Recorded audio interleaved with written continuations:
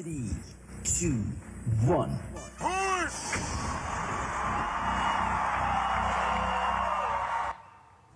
I-DA ithembisa ukuba izawuphelisa nya umkhwa wokuqashana kwamaqabane emisebenzini kwaye iza kusebenzela wonke umntu ze iphucule nenkqubo yokuhanjiswa kweenkonzo ezingundoqo. Lo muntu ofile bengekho nakuloyo mpi yamanzi behlalele kubo esuzolamula.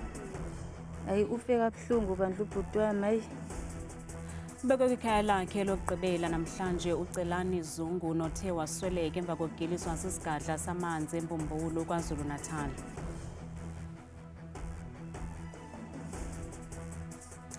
uPitso Mosimane kulindeleke ukuba aphinda bengumqeqeshi Bafana Bafana ityeli lesibini emva kokuba isigqebe esiphezulu seSAFA sithe sanqwala ukuba mayibe nguye ongena esihlangwini zikaHugo Broos.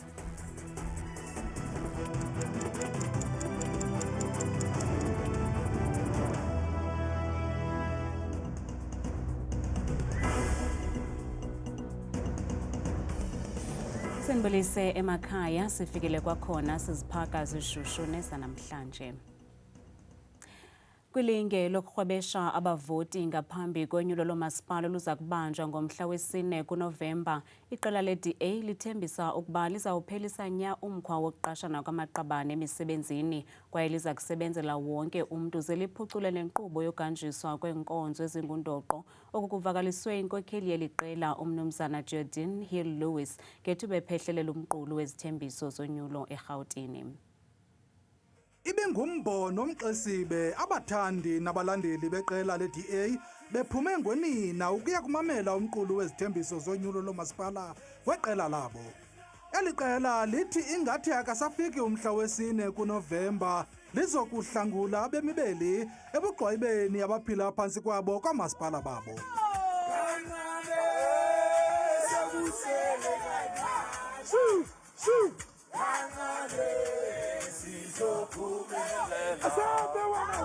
I-DA ithembisa ukuba iza kuziphatha kakuhle imali zoluntu kwaye yonke imali eqokelelwayo kwamasipala abaphantsi kwayo iza kusetyenziselwa ukulungisa iziseko nokuphucula ukuhanjiswa kwenkonzo. Today I am announcing a rule that will apply wherever the DA governs. Every rand collected for water will be protected for water.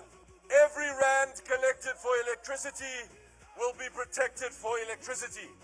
Your money will no longer be treated as a political slush fund.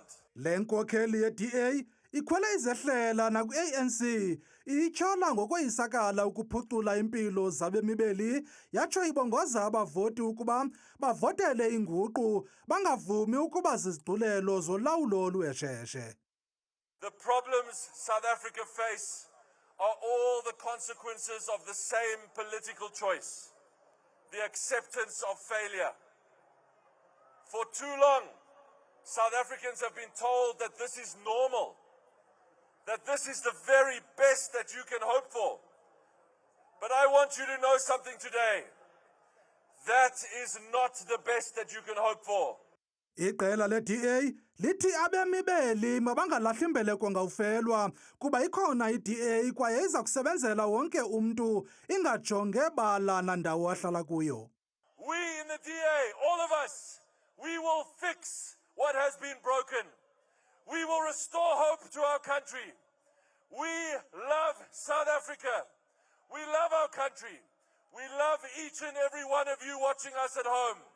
And we will build a South Africa that works for everyone. I-DA ke ithi ifuna ukuqokelela kwanto kuba bonke oomasipala eza kuthi ithabathe inxaxheba kubo kwaye ithi kweli tyeli kuza kushiyana oomama ukondla.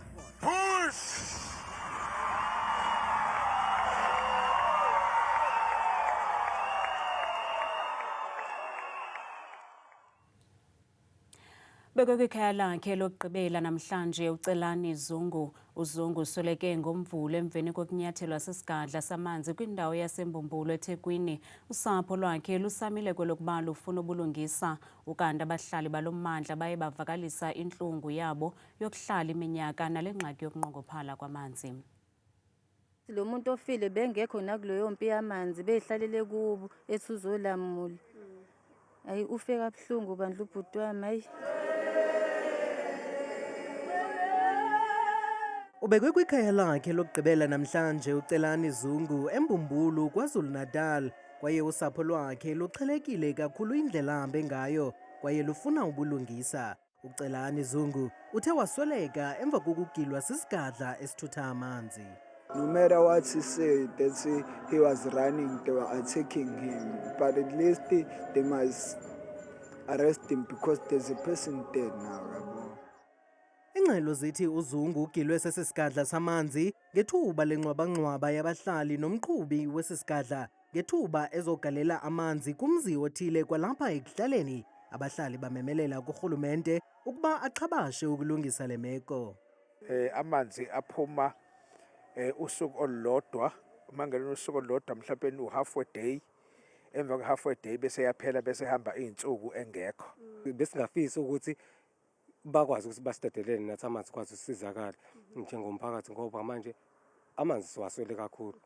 Ukanti abantu balomandla bathi ayonto intsha imo yokuphila ngaphandle kwamanzi. Ngakhulela lana amanzi bekuyiyona into esihlupha kakhulu kuze kufike lesigameko sokuthi nekuze kube kuliwe nale moto befuna wona amanzi.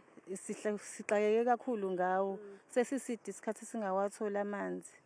Bakwathi idama elakhiwa ngurhulumente ukuhlangabezana nale ngxaki yamanzi alincedi kwaphela. Sidinga wona amanzi. Sicela wona amanzi ukuze angapheli. Nisenzele amanzi azohlala nje impilo yethu yonke singawahluphekeli kuze kwaphuma ngisho umphefumulo ngenxa yawo amanzi.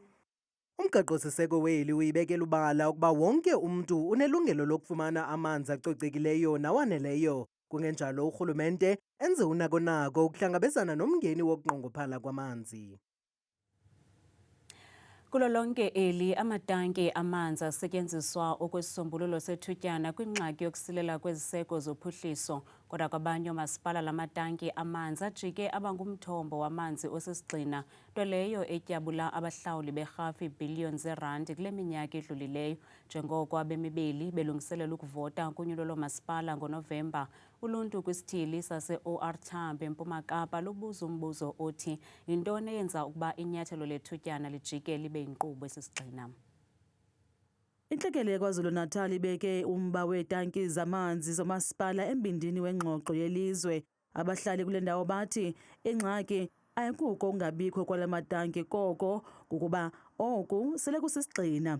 Ukanti kutshanje umongameli umnumzana uCyril Ramaphosa uvumile ukuba imeko yamanzi kweli iyaxhalabisa. We will not hesitate to use the powers that are enshrined in our Constitution and in the Water Services Act to intervene in municipalities where necessary. Abahlali bathi xa amanzi engafikanga baqokelela amanzi emlanjeni engacocekanga. Xa kufuneka kukho isifihlo kuyahanjwa kuyodolophu isinto singoceba umasipala sicelele edolophini. Ukhaze nawo kumasipala umasipala uzawuza nawo komnye umzi angabikho. La matanga phayana nangoku akanamanzi ungafika engenamanzi nangoku nxa kungenzeka uba amanzi angabikho phayana la matanga akazuba namanzi. Inyaniso yethi ke ngoku nalo mcimba uzamayo uba nxa kungekho manzi kufanele uba kanti kusiwa amanzi ebantwini abasematangini wabo ayenzeki loo nto zonke ezo nzame ziyaphansi. Njengoko ilizwe lilungiselela unyulo lorhulumente basekhaya, uluntu kule ndawo luthi luziva ngathi umasipala usebenzisa iziseko zengundoqo njengendlela yokuloba ivoti. Umasipala yena uyawakhaba la mabango. We are of the opinion that the issue of water provision is a human rights issue, and therefore it has absolutely no relationship with electioneering. Whether people get elected or do not get elected at a later stage, but people must get water, and because we understand that water is a human rights issue. Nangona kukho izithembiso ezenziweyo, abahlali bathi akukho tshintsho lungako libonakalayo. Ukanti iphondo leMpuma Koloni lizibophelele ekuchitheni imali elinganiselwa kwi-130 million rands ekugrunjweni amaqula ali-14 ekulindeleke ukuba ancede amakhaya angaphezu kwama-40,000. Abahlali eLombardy West eGauteng bathi ukulahlwa kwenkunkuma ngokungekho semthethweni kubashiye beqobisana nengxaki yongcoliseko lomoya kwaye oku kubeke impilo yabo emngciphekweni. Bathi izigadla zeenkampani zokwakha ziyaqhuba nokulahla ubugoxo kule ngingqi, kodwa nangona kunjalo abanye babahlali bathi ezi zigadla ziyahlawula ngokulahla ubugoxo bazo kule ndawo. Abahlali baseLombardy West eGauteng bathi ukulahlwa kwenkunkuma ngongekho semthethweni kule ndawo yabo kube kubomi babo emngciphekweni nanjengoko uninzi sele luqala ukugula ngenxa yobumdaka abaphila phantsi kwabo.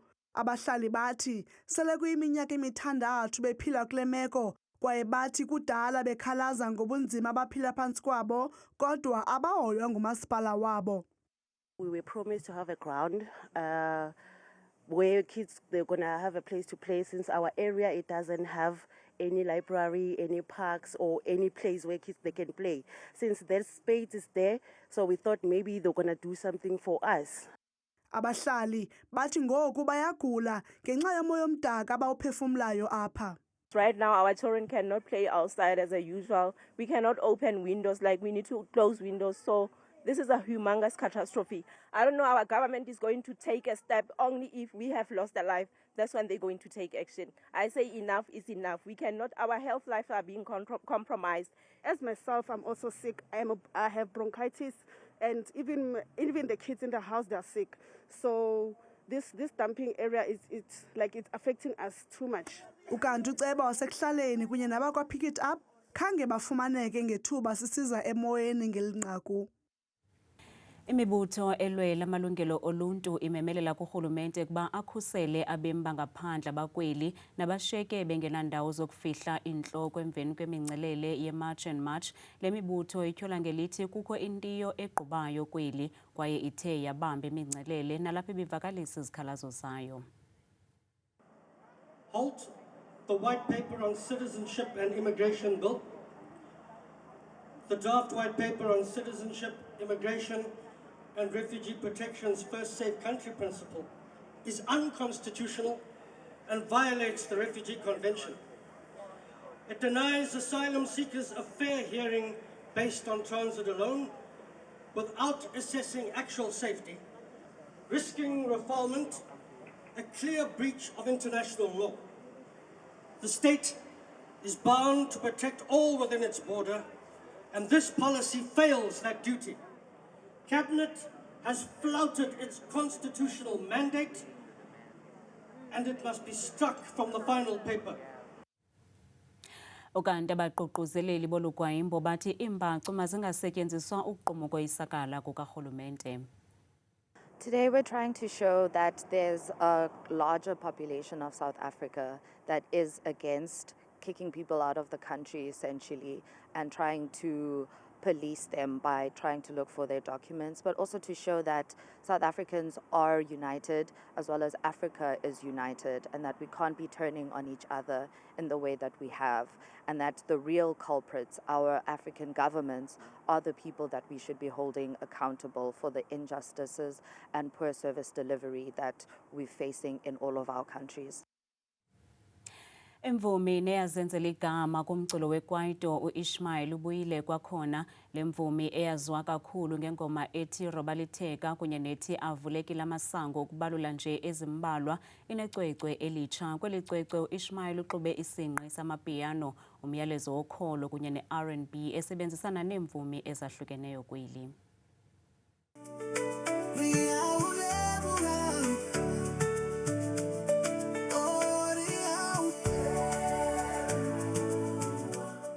Olo luncuthu kwibhekile entsha yemvume intandane kuninzi uIshmael ubuyile kwakhona emva kwekhefu kwezomculo esiphathele ntoni. Okwamanje pretty much I'm working on the EP. I'm working on the EP of maybe 6-7 songs, yabo. And also I have a single called that is dropping very, very soon. It's called Reaulebuha, which I'm featuring a friend, a brother of mine by the name of Musa Dintwa on the preaching. It's a gospel slash amapiano slash afro pop. Umculo kaIshmael wasolo kunefuthe lomyalezo wezenkolo noxa isinqe sakhe sahlukile oku nokumenza akhetheke kuninzi lwemvumi. The reason why I approach it like this, I think for me, it's natural for me in terms of, I would do a gospel song, but I don't want to appear as if I'm trying to say, okay, every Sunday. No, I am not. I just do it like a regular person or who believes, but it's not necessarily umuntu ozomfumana ecaweni every Sunday, yabona. Kweli cwecwe litsha unengoma intandane kuye ethi Riyawuleboha. The reason why I chose Riyawuleboha is because sometimes man we want empilweni, we want bonga to give thanks and be grateful. Makwenzeke nje izinto ezinkulu, you know. But for me, I was like, life alone, it's a big deal, you know. The fact that we are alive and breathing is a big deal. So I thank God for that. Eli cwecwe litsha lizawufumaneka kuwo onke amaqonga kungekudala.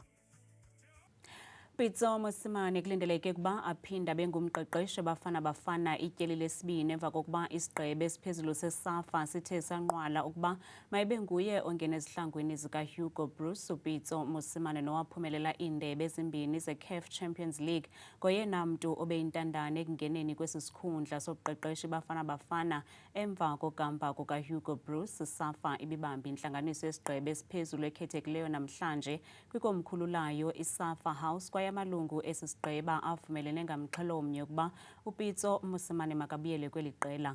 Mosimane wayengumqeqeshi Bafana Bafana phakathi ko-2010 no-2012 kanti ke kulindeleke ukuba abhengezwe ngokusesikweni kungeentsuku zatywala.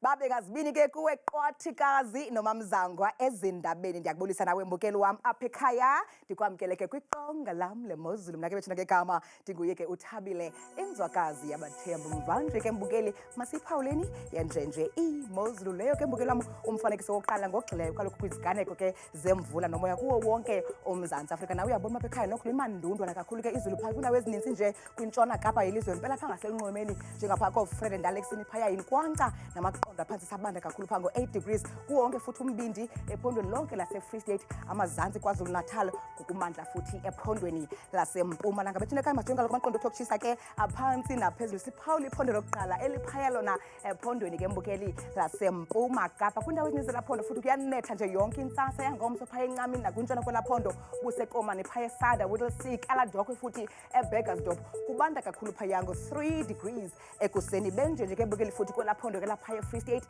nelisencamini ke apha eMzantsi Afrika mpela futhi kumantla walo njengapha kaloku koFrankfurt ke kumantla nempuma elaphondo kucwenge mpela phaya xa bevala futhi belusonga usuku ngomso ngamashumi amabini nje abe nanye. Benje futhi ke Mzontsundu ephondweni ke futhi laphaya entshona Kapa ndawo ezininzi laphondo futhi ezikumantla nempuma phaya ziziganeko ezixhaphuke kakhulu zemvula nokufefa nje kwasekuseni pha bevuka koBeaufort West yonke imini yabo yangomso. Benje futhi ephondweni ke mbukeli laphaya kaloku koNorthern Cape kwindawo ezininzi futhi ezithande kakhulu ukuphakama kwelaphondo wona uzinze phaya koKuruman buse-Uppington futhi naphaya ko-Alexandra Bay kuyabanda nje yonke emva kwemini yabo yangomso. Baphile futhi ngolu hlobo phaya ephondweni ke mbukeli lapha ko-Northwest indawo ezininzi futhi ezikwintshona nombindi kwelaphondo Vryburg kwasekuseni futhi yilongqele engephi ka-5 degrees napha koTaung amathuba engqele phaya abikwa ngenxa yakhe ke futhi u-6 degrees. Benje ke mbukeli wam umhlapha ekhaya pha koGauteng futhi kucwenge nje phantse lonke elaphondo kubande kakhulu ke kondawo ezininzi ngelishwa phaya koSpringbok encamini pha kwelaphondo eSprings Gxebe ngo-4 degrees xa bevuka nje yonke laa ntsasa ngomso. Nyuka nam ngokubanzi siphawule ephondweni ke mbukeli lapha kaloku koLimpopo ndawo ezininzi futhi ke ezikwintshona namazantsi kwelaphondo napha encamini futhi koPulukwane nazo zonke zaziphalukwa kucwengile nje yonke laa ntsasa ngomso ngesibhozo. Benje phaya futhi kwelaphondo laphaya koMpumalanga kucwenge wonke laa mantla futhi nombindi njengaphaya eMalahleni kwasekuseni futhi ngo-7 degrees naphaya eErmelo kungathi kubande phaya kubande mpela eStanderton ngeqanda. Mbukele ekhaya vuma ndivale natal ndiyisonga imozulu ngephola lokugqibela ke liphaya kwaZulu Natal ndawo ezininzi zelaphondo futhi ezikwintshona namazantsi ngapha koXstad kwasekuseni futhi ngo6 degrees naphaya ePietermaritzburg kuyanetha nje yonke lantsasa ngo10 wasekuseni mna dikdada kagaga xa ndishele imiyoli